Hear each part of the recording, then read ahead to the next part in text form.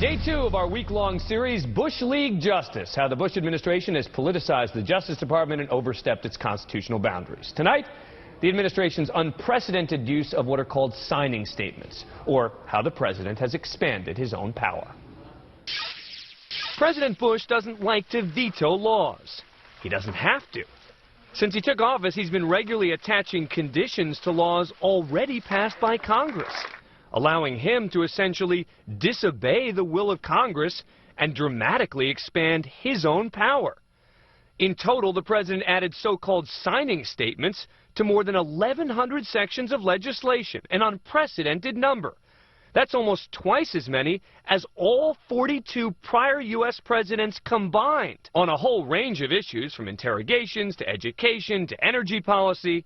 For example, in 2005, Congress overwhelmingly voted to ban torture. The next day, Senator John McCain joined the president for a photo op at the Oval Office. A common objective, and that is to make it clear to the world that this government does not torture. Well, not necessarily. 2 weeks later, the president signed the bill, but quietly issued a signing statement effectively allowing him to ignore the new law. In 2006, a new law instructed the Justice Department to report to Congress on the use of the Patriot Act. The president signed the bill, but added that the president can order Justice Department officials to withhold any information from Congress if he decides to. Translation, Congress's law doesn't mean much. Joining me now, Charlie Savage, the Boston Globe reporter who won the 2007 Pulitzer Prize for his reporting on presidential signing statements. He's done more than anyone else to remove the veil of secrecy on this subject. And from Washington, law professor Jonathan Turley. All right, Professor Turley, let me start with you. How big a deal is this? I mean, a lot of people are not talking about this. Tell us why it's so important. Well, it's very important because essentially by using signing statements to this extent, the president becomes a government unto himself. He's usurping a legislative power that was given by the framers to Congress.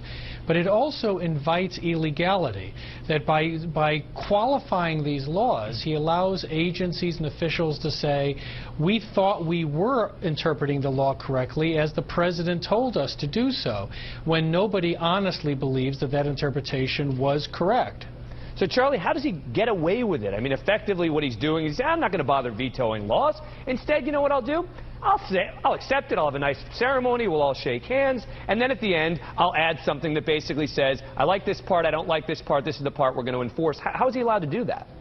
Well, how this works is the way a signing statement works sort of behind the scenes bureaucratically is it's instructions to the executive branch about how they are to enforce the new statutes that are created by a bill. It gets filed into the Federal Register, but no one outside the executive branch typically reads these things. And so when the president says to the military or the Justice Department or whoever, this section of the bill, you will consider that to be unconstitutional because I alone have said that, that means you don't need to enforce it. And what that section actually is a limit on his own powers as president. That means essentially he doesn't need to obey that section of the bill. And it's Professor Turley, let me read you one of these, all right? This is from 2006. This is the Department of Energy, the Nuclear Regulatory Commission, its contractors may not fire or otherwise punish an employee whistleblower who tells Congress about possible wrongdoing. That's the law. They're trying to protect whistleblowers. Here's what the president adds to it.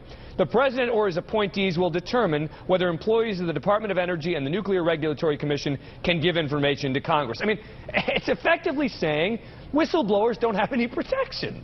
That's right. And it's an extraordinarily destabilizing effect upon our system. You know, our system has really only one rule that can't be broken, and otherwise it's idiot-proof, and God knows we've tested that. And that one rule is you can't go outside the rules, that each of the branches has to respect the limited authority given to the tripartite system. And what this president is doing is saying, I'm going to yield to Congress except when I disagree with it, and then I'm going to become a government unto myself. And when you attach to that all the other areas of his unprecedented claims of authority, he represents almost an imperial presidency. Yeah. And Charlie, there's a lot of talk that Dick Cheney is behind a lot of this.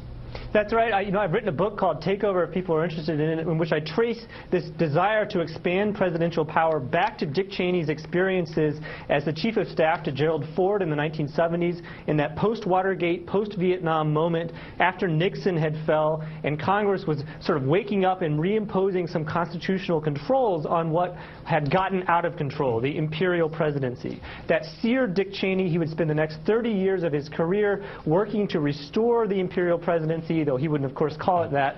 And now, as the most influential vice president in history, he's been in a position to bring that vision into a reality. And Charlie, is he the one literally, picking which ones they need to target? His aide, David Addington, who's been with him since the Iran-Contra investigation in the 80s and was with him in the Pentagon as well, is said to be the chief architect of these signing statements and is also sort of the leader of the administration's legal team that has been pushing these very radical theories about a president's supposed power to bypass laws and treaties at his own discretion. All right, Professor Jack Goldsmith, Harvard Law professor, former Justice Department official here, says about signing statements, nobody reads them, they have no significance, nothing in the world changes by the publication of a signing statement. The statements merely serve as public notice about how the administration is interpreting the law. No, I know Jack, and I have to disagree with him on this, in that it is much, much more serious than that. What it does is it gives legal cover to officials who violate the law, in some cases violating criminal laws. Torture is a good example of that. Torture, and specifically waterboarding, is a crime. It's been viewed as torture since the Spanish Inquisition. And Congress, somewhat belatedly, took a stand against it, and the president immediately negated it.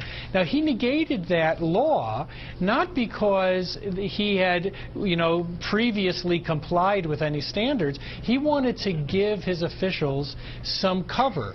So as they continued to violate criminal law, they could say, well, you know what, there was this ambiguity, there was this disagreement in terms of interpretation. There was no ambiguity. There was no disagreement in terms of what the language meant. There was only a signal from the president that his own people will not have to follow it. It's not interpretation, Jonathan, to say we will not enforce portions of this law. It's denial. Right. Right. Yeah.